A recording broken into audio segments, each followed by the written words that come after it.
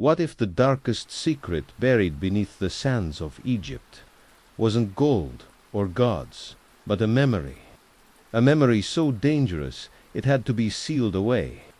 Not in silence, but in screams. A tomb erased from history, carved in blood-red warnings, where a pharaoh wasn't buried to be honored, but locked away, alive, and in 2024, someone opened it. Tonight you're not just going to hear the story, you're going to feel what they felt. You'll walk where they weren't supposed to, and you'll start remembering things the world was never meant to recall. Hey my people, welcome to History's Dark Secrets. Make sure to subscribe, like, and drop a comment to let us know where in the world you're watching from and what time it is right now. Because some stories don't care what time it is. They just wait to be told again. Egypt, land of golden gods, immortal kings, and deserts that keep secrets better than any man ever could. Thousands of tombs have been found, pharaohs buried with gold, with pets, with food, even with boats. Entire chambers sealed to ensure they could journey to the afterlife undisturbed. But this tomb was not like the others. It was not marked on any ancient scroll, not whispered in any temple chant, not even cursed in warning by the priests, because this tomb was never supposed to be found, and for over 4,000 years it stayed buried there until 2024. The story begins with a woman named Dr. Leela Mansur, Egyptian-born, Oxford-trained, an archaeologist, known not for seeking glory but for seeking what others were afraid to ask. She didn't want treasure. She wanted silence to speak. It was in the El Fayum desert that she found it, or rather, it found her. She had been investigating a collapsed shrine, one unrelated to any known dynasty. Most called it a ruin. She called it a signal. Something about the foundation felt wrong, too new, too unstable. Her team scanned the area and found an anomaly, a chamber 30 meters beneath the surface, sealed beneath a layer of melted stone. That's strange. The stone wasn't naturally formed, it looked burned, as if someone had tried to melt the entire desert shut, and just above the buried shaft, they found the first and only marking, a spiral, carved not deeply, but deliberately. So shallow it was almost invisible unless you knew to look. The team was hesitant. Egypt's Ministry of Antiquities had no record of any burial site in that area. Leela's permits barely covered the region, but something was calling her. She couldn't explain it tonally that every time she closed her eyes, she saw the spiral turning slowly inward. Not hypnotic, not beautiful, just hungry. They began excavation under cover of night, for workers quit after the first. One swore she heard voices from under the sand. Another said he found his tools arranged into a spiral after leaving them alone by the 6th day. The shaft was exposed. A long, narrow descent into the earth, no stairs, no ropes. Just a tunnel carved with terrifying precision, straight into bedrock. It shouldn't have been possible. No ancient tools could have cut that smooth. No dynasty had ever buried tombs like this, vertical, isolated, lightless. And yet, it was there. Calling. Leela documented everything. Her journal entries grew frantic. This was not a tomb. It was a trap. Something wasn't buried here. It was locked. Still, they descended. The tunnel led to a single chamber, perfectly round, smooth as obsidian. No artwork, no offerings, no hieroglyphs, just that same spiral now, enormous, etched across the floor, almost invisible unless lit from above. In the center stood a sarcophagus, not golden, not royal, black stone, unpolished, burnt looking. It absorbed light. The team hesitated. They debated calling for government approval, but before they could decide, before they could even photograph the lid, the spiral on the floor began to pulse, only slightly, like a heartbeat beneath stone, and the room shifted. Not physically, but time itself felt wrong. Their watches lost sync. Voices echoed out of rhythm. Shadows didn't fall in the right direction. Then the lid cracked open. Not fully. Just enough for air to hiss out. The scent of wet ash and ancient myrrh filled the chamber. And then the whisper came. Not in the air. Not in their ears. But inside their minds. You remembered me. That was enough. Layla dropped her flashlight. It rolled across the floor, circling the spiral. Everyone stood frozen. One man fled. Another collapsed, vomiting. The third simply stared, mouth open, eyes unblinking. Inside the sarcophagus, they saw a body, human, unwrapped, perfectly preserved, skin pale, lips dark, eyes closed. And yet he was breathing, barely, not enough to move dust, but enough to make the spiral pulse in sync. And just above his heart, carved into the flesh itself, was that same spiral, burned into him like a brand. He had no nameplate, no inscription, no Book of the Dead dot, nothing. Just a single line etched into the inner lid of the sarcophagus. He who was buried without name shall return when remembered. They had found him, not a king, not a man, a memory alive, and now, awakened. They did not sleep that night. No one at the dig site closed their eyes, not because of the heat or fear of collapse, but because sleep now felt like an invitation, an open door, and no one wanted to see. What might walk through it? Dr. Layla sat in silence, staring at her laptop screen. Her journal app was still open, cursor blinking. She had typed a single line. What wakes in silence does not speak in sound. She didn't remember writing it. None of the team did. But when she scrolled back through the logs, she found new entries unlocked, automatically filled with symbols no one on Earth could read. Not even the system could identify the font. When she tried to copy the text, the screen glitched, her camera feed turned on without her touching it. Her own face stared back at her, but blinked before she did. By morning, 2 more workers had vanished. No signs of struggle, no signs of departure. Their tents untouched. Food still warm, boots lined at the entrance like they'd simply walked out of themselves. They called the authorities. No. One came, that cell signals dropped. Satellite connection failed. The world outside the tomb was gone. Or worse still there, but now unreachable. Down, in the chamber. The sarcophagus remained open.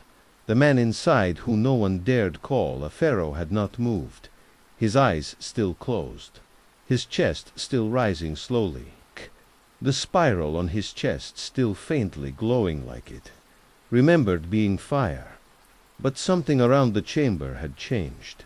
The walls, once blank, were now marked. Not drawn by hand, but as if the stone itself had bled into patterns during the night.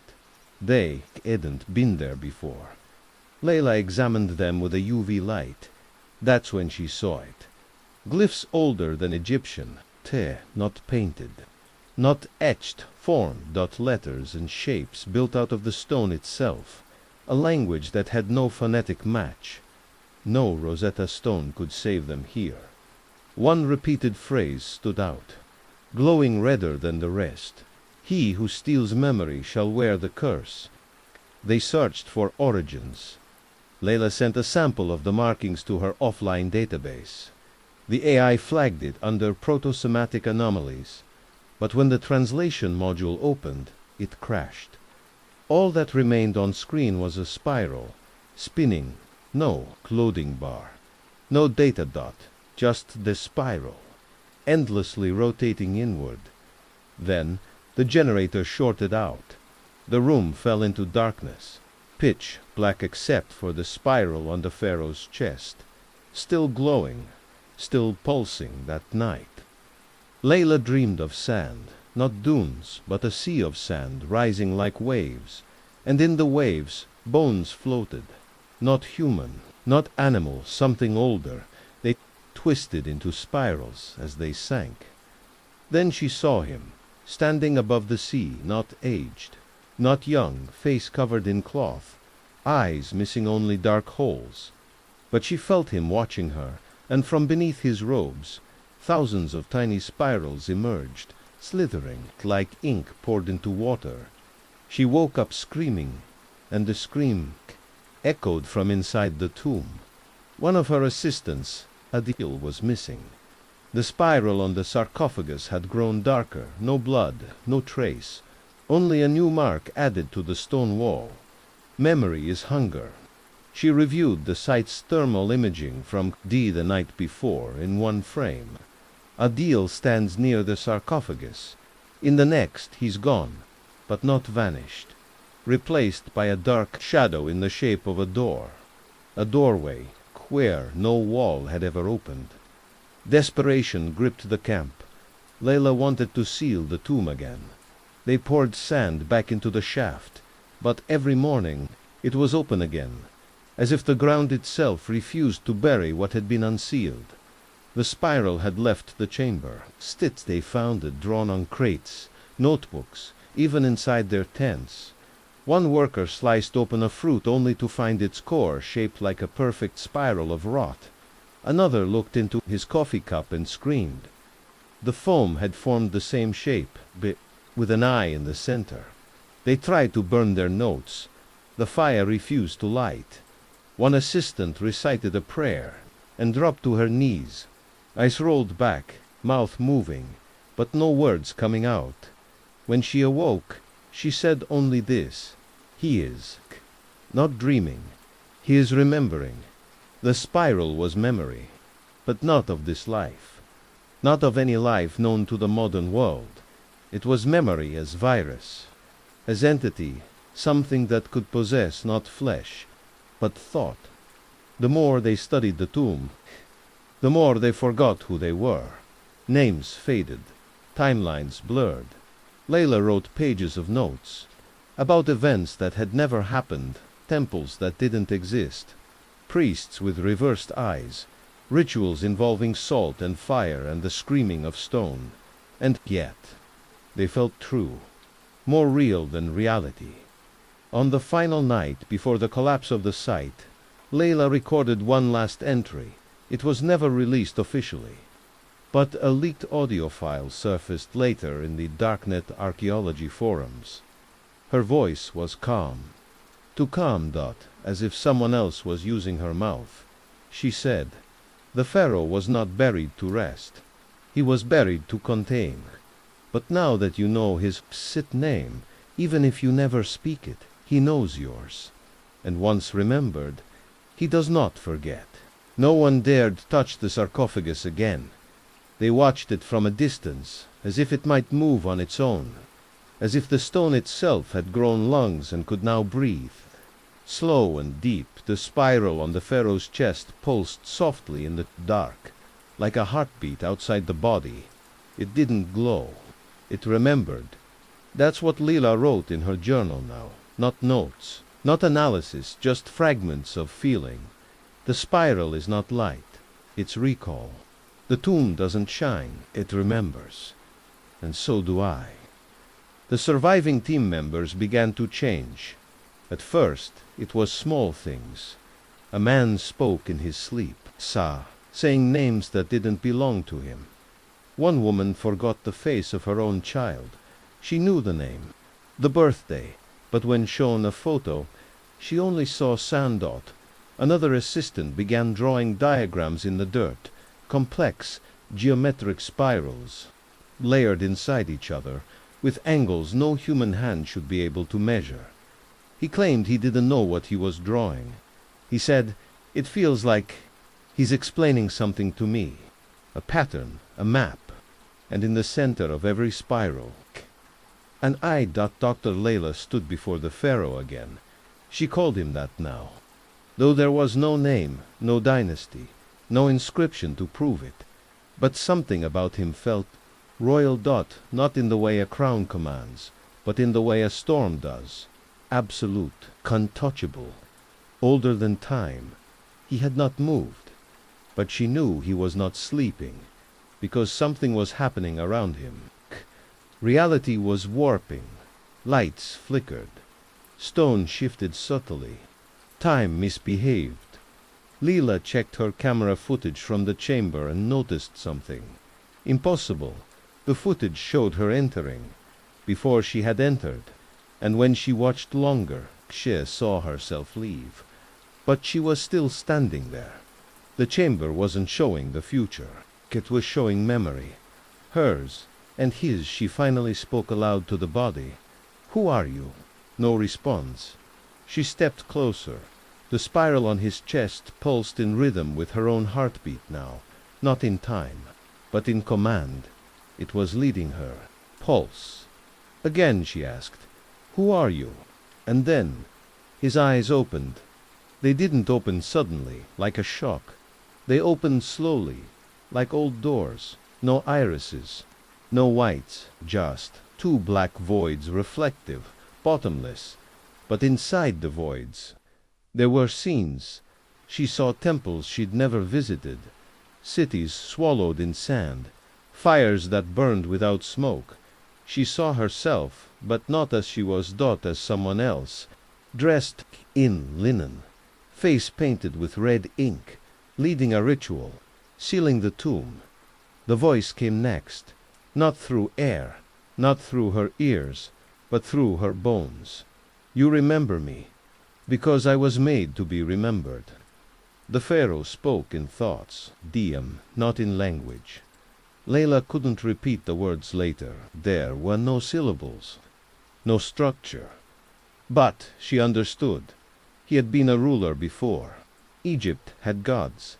Before the Nile had a name. He was the first to learn that memory is power. That to live beyond death, you did not need flesh.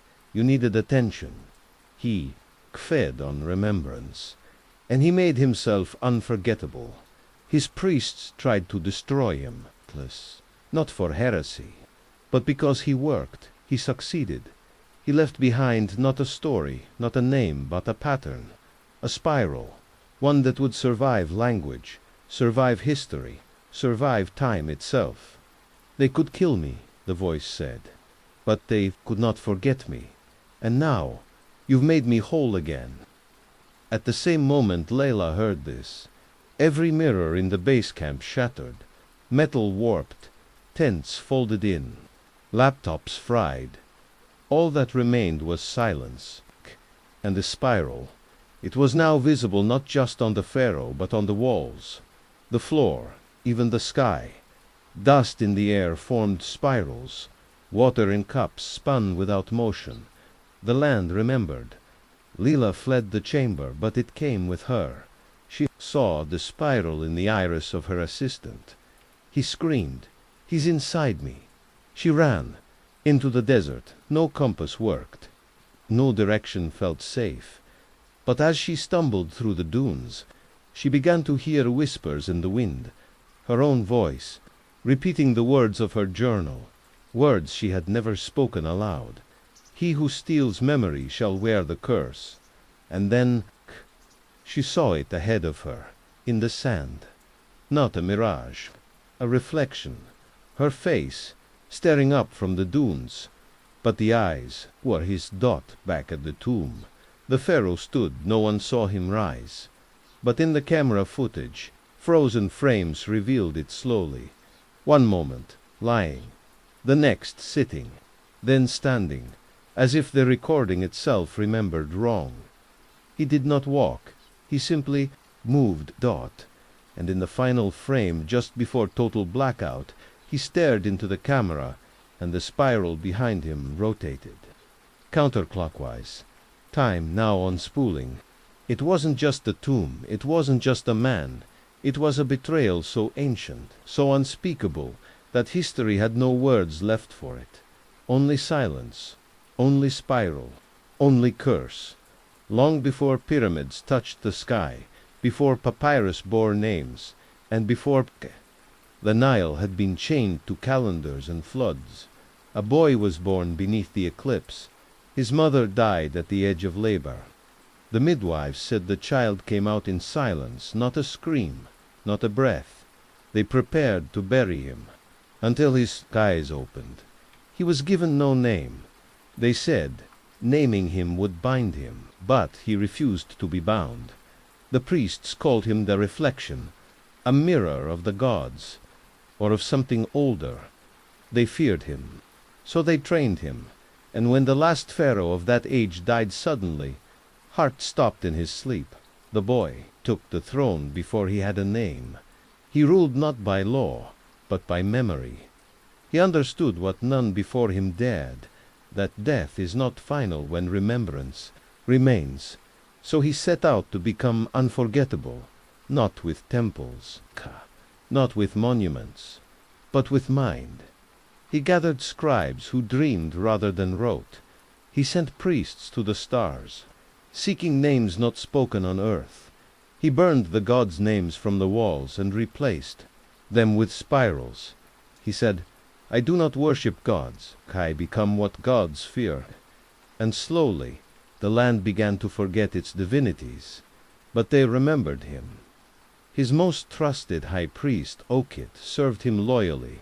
For 20 years, Occult brought him dreams of other worlds, rituals from beyond, the veil, maps that bled ink when touched, until one day Occult disappeared for 40 nights and returned, changed, his skin pale, eyes hollow, hair white, though he was still young.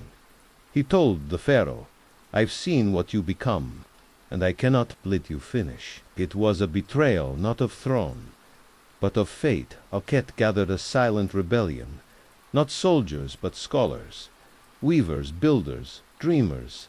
They wove a plan in silence to unright the Pharaoh, not kill him. Killing would only strengthen his memory, but to bury him alive, to erase his name, to seal him in a chamber designed not for decay, but for containment. And so they struck. The Pharaoh was led to a ritual chamber. Under the pretense of unlocking one final gate between worlds, he entered, willingly, alone. Unarmed, Occult wept as he gave the signal. The stone fell. The fire was lit. The seal was carved spiral inward, burning from the inside out. The workers who built the tomb were sacrificed.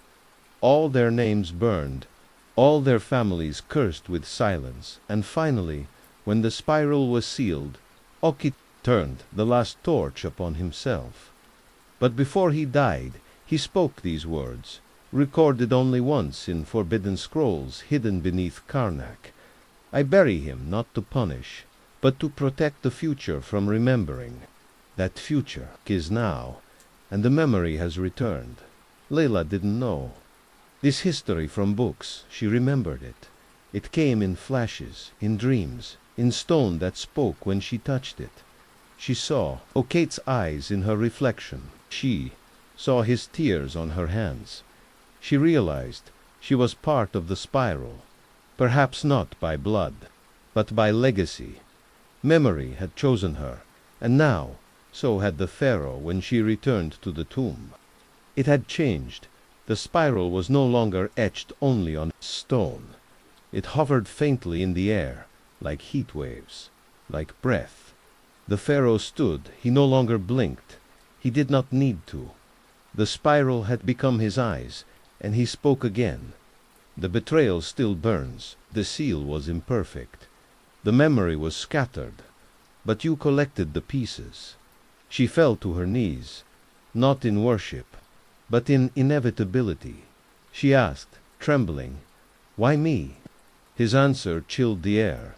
Because you are the only one who could look into the spiral and not look away. Outside, sandstorms howled. Tents collapsed. Time fractured. Team members aged 10 years in 10 minutes. One man walked backward through the camp, bleeding from the ears, whispering a forgotten hymn. A voice echoed from everywhere and nowhere. The curse was not in the tomb. The curse is in memory itself. At the final hour, Leela opened her journal. She wrote, without knowing her hand's movement, I am not afraid. I was always part of the spiral, and now I remember everything. And as she wrote, the spiral on her wrist began to glow, not drawn, not tattooed, but grown like something under her skin had bloomed, and deep beneath the earth. The Pharaoh smiled. It was never a burial chamber.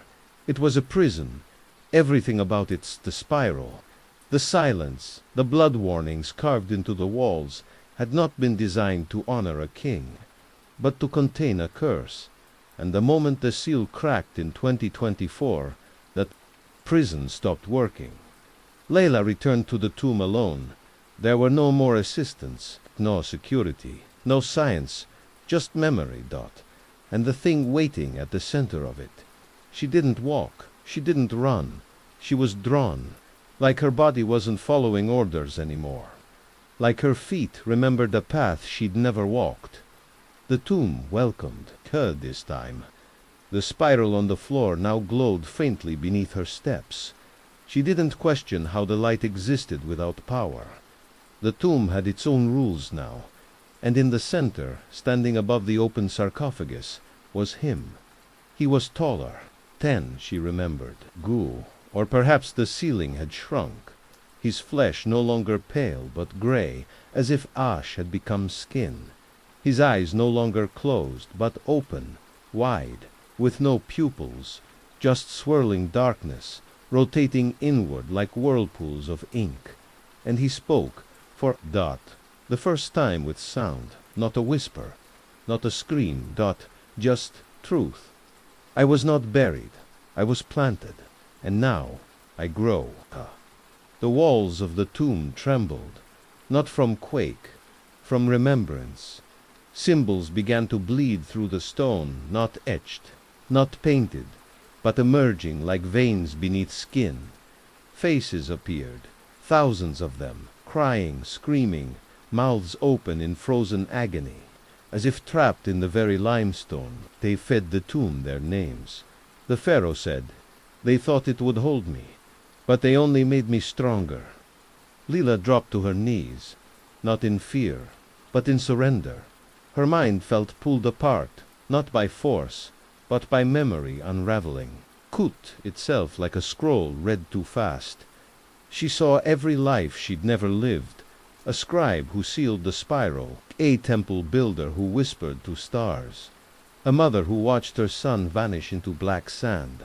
All of them, her or pieces of her. "You were the seal," the Pharaoh said, "and now you are the key." She tried to scream, but no sound came out. Only sand poured from her mouth, dry, endless. Ancient her hands trembled. When she looked down, the spiral on her wrist had cracked open, revealing not flesh, but stone, smooth black obsidian. She touched it, and visions flooded in a city. Flames, burning without smoke. A crowd circling a spiral until they collapsed in ecstasy. A mirror that reflected 1,000 forgotten selves, and behind it all the spiral turning, always turning, never ending. In that moment she understood this was never about tombs, never about curses. It was about pattern, about cycles. The Pharaoh hadn't been buried to rest, he had been buried to return. Because the spiral is not a trap, it's a path, inward, deeper down too. The memory behind all memory. Leela stood. The Pharaoh stepped toward her. He did not walk, he simply appeared closer, as if reality had skipped. A frame. He reached out a hand, and she took it, not because she trusted him, but because she finally remembered. She had done this before, thousands of years ago, in the same tomb. In the same moment. "This is not the first opening," he said. "It will not be the last." The spiral lit up fully beneath them, casting the chamber in golden, flickering shadows, and then without movement, without warning, the tomb exploded, with sound. A single word, shouted across every language. Remember, across the world. The spiral awakened in Rio de Janeiro. A boy stopped speaking mid-sentence. and began drawing spirals in blood. In London, commuters stared at the underground wall, tracing shapes with their fingers like they were in a trance. In Berlin, a woman screamed at her reflection, claiming it was someone else. In Paris, a man who had never heard of Egypt whispered, "He's growing inside me, inside us all, cow." And in a hidden lab in Cairo, a memory researcher collapsed after hearing a voice inside a silent room. Her final words: "We didn't find the tomb. The tomb found us." Back at the desert site, the tomb caved in. Not from wind, from release. The sand poured over it like water. The spiral glowed one final time, then vanished. And Layla, she was never seen again. But months later, in an abandoned temple outside Luxor, a child found a stone tablet half buried in the sand. It bore no inscription, no carving. Just one mark, in obsidian black, a spiral. The tomb was gone. Layla was gone. But something had stayed behind. Not stone, not artifact. Memory. And memory doesn't need walls. It started in Whispers News. No one could explain. A research station in Antarctica, shut down after an entire crew began sleepwalking into snowstorms, carving spirals into the ice with bare, bleeding hands. A submarine in the Pacific sent one final message before disappearing. "We're not underwater. We're under memory." At the Vatican archives, a priest was found muttering in tongues lost before Christ was born. He had clawed a spiral into his chest. He died smiling.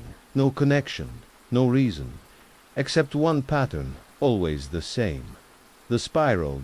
In Brazil, a child drew spirals into classroom walls with a pencil he couldn't hold. He was blind, born blind. When asked why he drew them, he whispered in perfect Egyptian, "Because he remembers me." In France, a violinist began playing songs no one had written. Every concert ended with the same melody, a spiral of sound. He disappeared after the final note of his third performance. His violin was found in the audience, still playing. Governments tried to cover it up. They blamed cults, drugs, hackers, fake news. But something deeper was moving beneath the headlines. Satellite photos showed desert formations changing overnight, spirals appearing in places untouched for millennia. Whole sections of the Sinai were now marked with crop circles of ash, too precise to be random, too ancient to be new. No human hand had drawn them, and yet they appeared. Every day, always. Turning inward in the U.S., a military base sealed its gates after psychogenic seizures swept through the troops. The surveillance footage was leaked briefly before deletion. It showed 17 men and women in perfect synchronicity, walking in a spiral. Silent, eyes rolled back.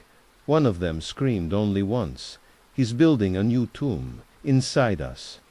Meanwhile, across hidden corners of the web, whispers gathered. Archaeologists, priests, scientists, and dreamers all began reporting the same dreams. A staircase of sand, a chamber of obsidian, a spiral pulsing like a drum. They called it the recollection, not a cult, a symptom. Once you'd seen the spiral, it lived inside you and it wanted more. A leaked voice memo from a UN psychological research group in Geneva warned, "We are not facing mass psychosis. We are facing mass remembering, and the memories are not ours." Some believed it was a biological weapon. Others said it was an AI virus, encoded into images of ancient glyphs. But deep beneath, Cairo, one librarian knew better. He unlocked a scroll sealed since the 6th dynasty. It contained no words, spirals. When he touched it, he screamed so loudly the museum's glass shattered. His body turned to dust in minutes. Only the spiral remained on the marble floor, still warm. One surviving message from Dr. Layla was decrypted months later. It was hidden in her old Oxford thesis. buried in metadata. Her voice sounded calm, but detached, like she was remembering something that hadn't happened yet. This was never about archaeology. This was about memory as disease, as seed. The Pharaoh is not a person.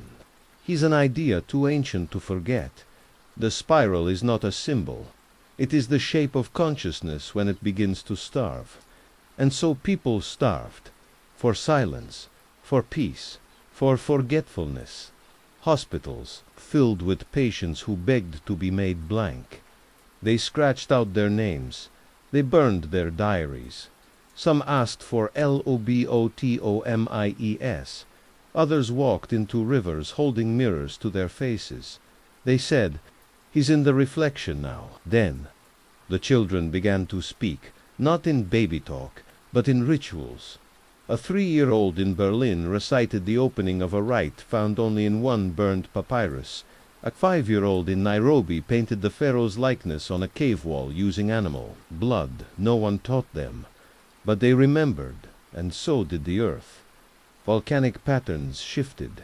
Fossil spirals began to glow under moonlight and in Mecca during a pilgrimage. The Kaaba's surrounding crowd unknowingly formed a spiral that rotated counter to tradition just once. Witnesses claimed it felt wrong, unholy. Reversed on then came the sound. First in Cairo, then Paris, then Sao Paulo. A low frequency, impossible to record, felt rather than heard.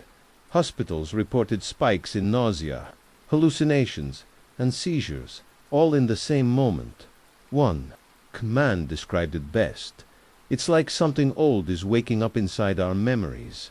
Like we've all been here before, and we all chose to forget. And in one final broadcast, captured only by analog shortwave, Leela's voice returned a single message. 14 words. The Pharaoh has no throne. We are the throne. And he is seated. The spiral does not spread. It reflects, it does not conquer land. It consumes meaning. It does not infect bodies. It turns thought into memory, and memory into echo, and echo into belief.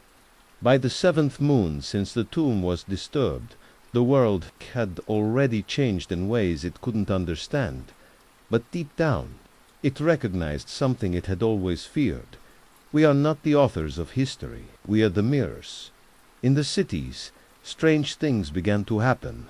Reflections started to disobey. Not always, not all at once, but enough. People brushing their teeth saw their mirrored selves pause slightly after them, eyes lingering too long, mouths forming shapes that did not match their own. In Berlin, a museum's security camera captured a woman staring at a painting for 17 hours. She didn't blink. She didn't move. When approached, she whispered, "The spiral is watching from behind the frame." Then she collapsed, eyes wide open. Spiral burnt into her retinas. Doctors couldn't explain it. But digital overlays revealed the shape perfectly, carved not into the eye, but into the mind's image of the eye.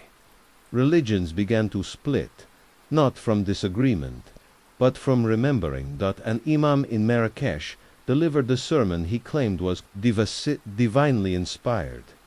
He spoke in ancient Egyptian. He had never studied it. He said the Kaaba's spiral had been reversed for a reason. The pilgrim has become the center. The spiral turns for us now. He was silenced by his elders, but his sermon had already spread, and in corners of churches, temples, and mosques around the world, small spiral carvings began to appear, scratched into pews, drawn on prayer mats, etched behind altars. No one saw who made them. The Vatican released an urgent internal memo, leaked by a frightened exorcist. This is not possession. This is remembrance. The entity is not inside the body. It's inside history. It uses mirrors, reflections, and ritual not to enter, but to remind. Tonomatic. Another line was redacted, but recovered in mirror reverse. We never buried him. We buried our ability to see him. Meanwhile, cities cracked like eggshells. Snow Polo's central library burned down, but not from fire. It imploded, collapsed inward, spiral-shaped, as if reality itself had folded in memory. Witnesses said they saw pages flying into the air moments before the structure fell, but none of the pages were blank. Each had a spiral drawn in handwriting identical to theirs. A paleontologist in Mongolia unearthed a trilobite fossil that had never been touched by man. She split the stone, cat, and found a spiral etched into its center. That night she vanished. The team found only a message carved into her tent wall. The fossil didn't have the spiral. The fossil was the spiral. In Johannesburg, a linguist went blind after decoding a fragment of Proto-Egyptian speech from an ancient audio cylinder. He claimed he'd seen the voice. When asked what it looked like, he said, "A staircase made of memory, a spiral with no center, a face I forgot the moment I saw it." Then he began writing in circles on the hospital wall until they sedated him. He never woke up, but the circles continued appearing on the walls, as if the spiral was still writing through the space where he had been. Children were the most vulnerable. They saw the spiral first. They heard it in lullabies that didn't exist, in echoes that answered back wrong. A child in Tokyo stopped speaking and began drawing images of a tomb no one had ever found. When asked who showed him, he simply said, "I remember being there," but he was only 5. His parents thought it was imagination until archaeologists confirmed that the chamber he drew matched a tomb long theorized but never documented. The spiral had begun to map itself through children, not through teaching. Through blood, reflections began to speak in a village in Tunisia. Mirrors were banned entirely after locals reported seeing their ancestors whispering behind their own reflections. "They were begging me," one woman said, "begging me to stop looking. But the more I looked, the more I understood." When asked what she understood, she said, "He is not dead. He was just never forgotten correctly." Digital images were next. Cameras could no longer be trusted. Filters glitched into spiral shapes. Face ID systems rejected users with a strange new error message. Too many memories detected. In Lagos, a young hacker managed to recreate the spiral's pattern through code, accidentally embedding it into the back end of an image editing software. Thousands downloaded the update within hours. Spiral sightings increased tenfold. The hacker's final blog post read, "We're not uploading content anymore. We're uploading ourselves." He then deleted his entire digital footprint, but the spiral remained stored and cached. Thumbnails across servers worldwide, a reflection in binary, and then came the Hall of Mirrors in Paris, an art installation meant to honor lost civilizations. Priest invited visitors to walk through 36 mirrored corridors. After the 7th day, the exhibit was shut down. 30-6 people never exited. Security cameras showed them staring into the mirrors. One by one, they smiled, knelt, and dissolved into ash. Only one witness survived. He emerged with black eyes and a spiral carved into his palm. He said, "There was no reflection, just memory, stacked like layers." He was behind all of them. And I was in all of them. Across the world, people tried to resist. Some stopped using mirrors. Others wore blindfolds. Some began to forget on purpose. Mass amnesia therapy became an underground movement. They believed forgetting was the cure, that if memory fed the spiral, then ignorance was salvation. But the spiral anticipated this. It moved deeper beneath language, into sensation, emotion, trauma. People who had never heard of Egypt began waking up with sand in their mouths. People who'd never traveled heard distant drums in their dreams, and always the spiral, spinning behind eyelids, pulsing in toothaches, humming beneath the silence, between thoughts. One neuroscientist discovered a horrifying truth while mapping brain scans of those affected. She noticed something impossible. The spiral wasn't just visible in behavior. It was shaping brain tissue. A pattern, organic, spiral-shaped clusters growing in memory centers. It's building a temple, she wrote, but not in stone, in the human mind. Her final scan showed a perfect spiral in her hippocampus. She died that night in her sleep.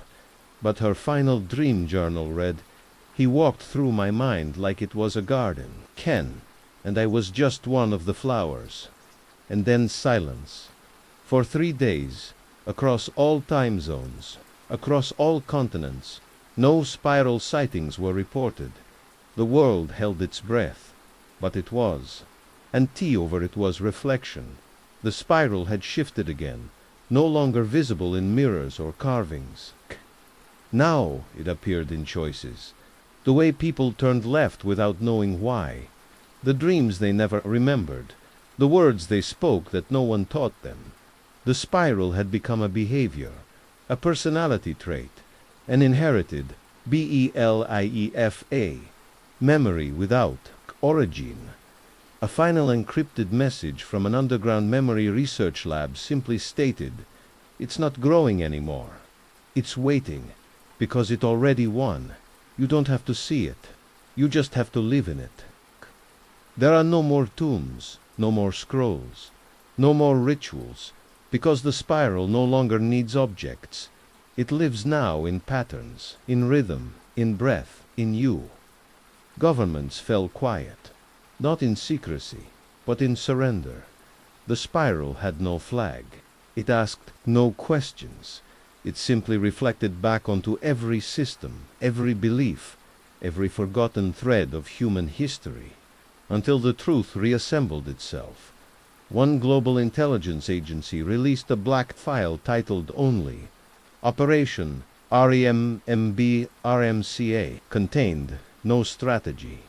Only a quote found scrawled into a bunker wall, left by a defector before he vanished. "This is not a threat. This is a correction." In New York City, the spiral appeared in subway routes.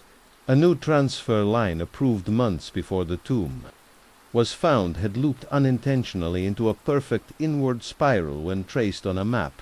Riders claimed to hear faint chanting between stops. Some walked off the trains barefoot, saying they had left their time behind.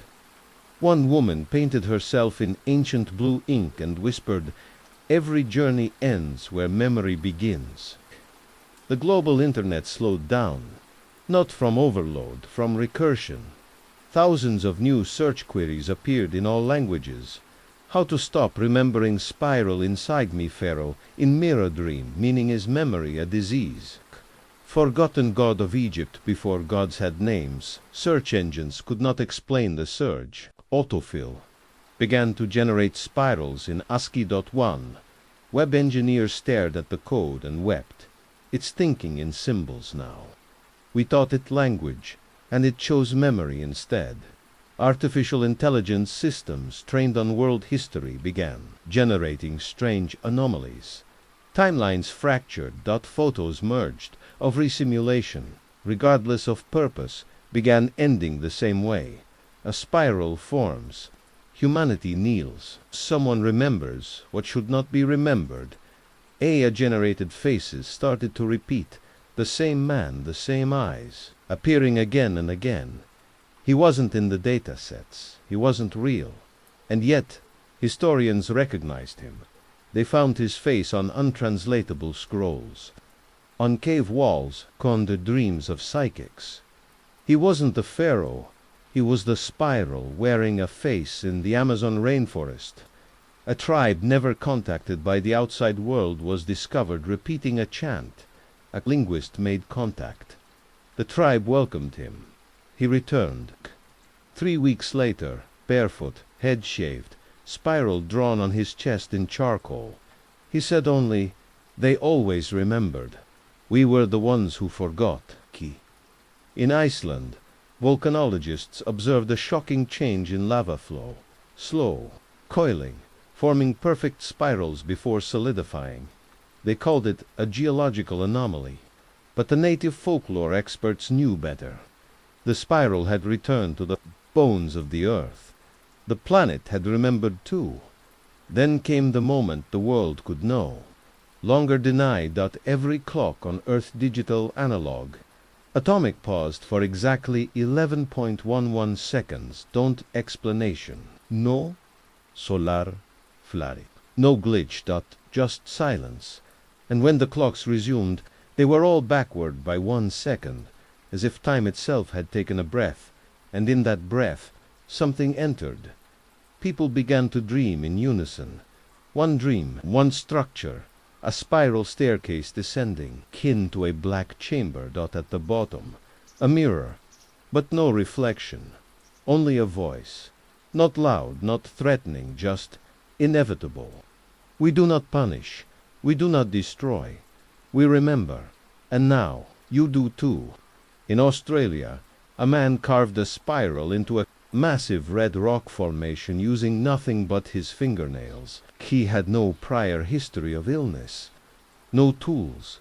When asked why, he said, "I was called. The spiral needs to be everywhere, so no one forgets again." He bled out smiling. All attempts to stop the spread failed. Psychic dampeners, mass hypnosis, even controlled memory erasure using experimental tech. Nothing worked. Because you cannot erase what never began. The spiral was not added to the human mind. It had always been there, buried, dormant, waiting for someone to open the tomb, not in the sand, but in the soul.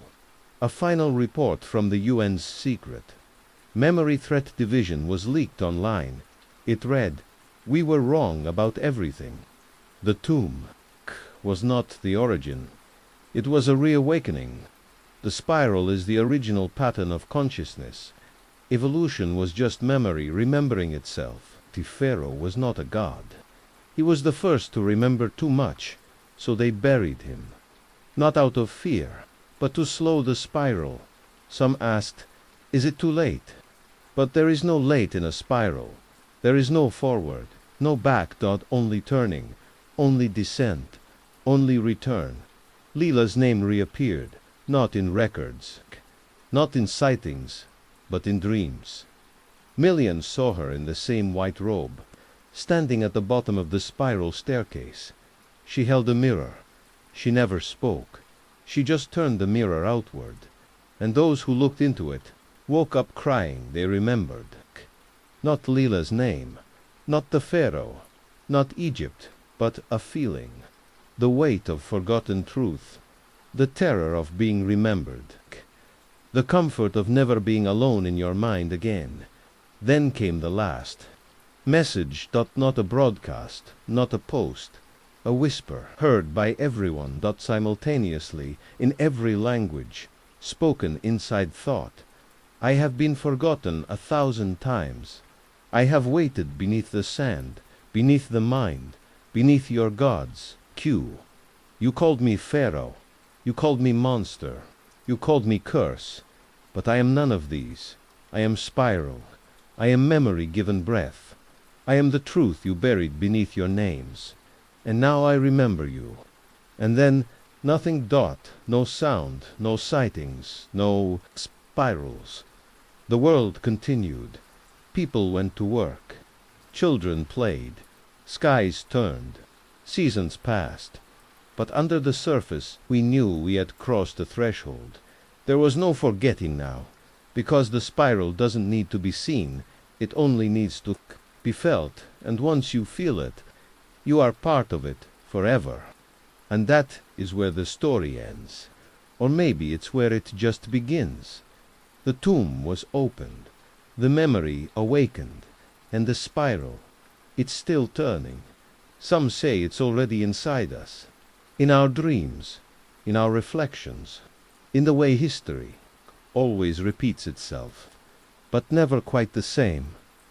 So the question now is, what else have we forgotten? What other secrets lie waiting beneath the ruins, behind the myths, or inside stories they said were just legend? Queeve, we've got more chilling discoveries coming your way. Lost civilizations, banned rituals, haunted wars, and ancient warnings carved in stone and blood. So if you're still here with us, you're part of the few who see past the surface. Hit subscribe, like, and drop a comment telling us what you think the spiral really was. Stay tuned, because next time we're going deeper into a secret the church tried to burn, and Europe tried to erase from history.